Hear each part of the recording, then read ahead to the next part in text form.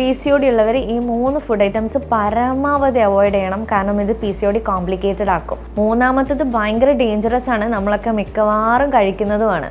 Number 1 white bread അല്ലെങ്കിൽ കുബൂസ്. ഇതിൽ ഫൈബർ കണ്ടന്റ് കുറവാണ്. ഫൈബർ കണ്ടന്റ് കൂടുതൽ അടങ്ങിയിട്ടുള്ള ഭക്ഷണങ്ങളാണ് PCOD ഉള്ളവർ കഴിക്കേണ്ടത്. Number 2 fructose. നമ്മുടെ ഈ പാക്ഡ് ആയിട്ടുള്ള ജ്യൂസ്, ബിസ്ക്കറ്റ്, മധുര പലഹാരങ്ങൾ പാക്കറ്റിൽ വരുന്ന എല്ലാത്തിലും ഫ്രക്ടോസ് അടങ്ങിയിട്ടുണ്ട്.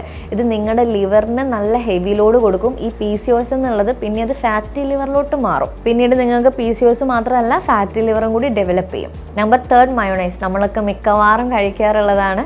മാത്രമല്ല ഇതിൽ ഭയങ്കരമായിട്ട് ഹൈ ഫാറ്റ് കണ്ടന്റ് ആണ് അടങ്ങിയിട്ടുള്ളത്. മിക്കവാറും സ്ഥലങ്ങളിൽ ഇത് അൺഹൈജീനിക് കണ്ടീഷനിലാണ് പ്രിപ്പറേഷൻ വരുന്നത്. അപ്പോൾ ഇതും PCOD ഉള്ളവർ മാക്സിമം ഒന്ന് അവോയ്ഡ് ചെയ്യുക. 3 മാസത്തേക്ക് ഈ 3 കാര്യങ്ങൾ നിങ്ങൾ അവോയ്ഡ് ചെയ്യുക. പ്ലസ് എന്തൊക്കെ ഭക്ഷണങ്ങളാണ് കൂടുതൽ ഉൾപ്പെടുത്തേണ്ടത് എന്നുള്ളത് ഞാൻ താഴെ ഡീറ്റെയിൽ ആയിട്ട് കൊടുത്തിട്ടുണ്ട്. അതൊന്ന് ചെക്ക് ചെയ്യുക, ട്രൈ ചെയ്യുക. Stay healthy and happy.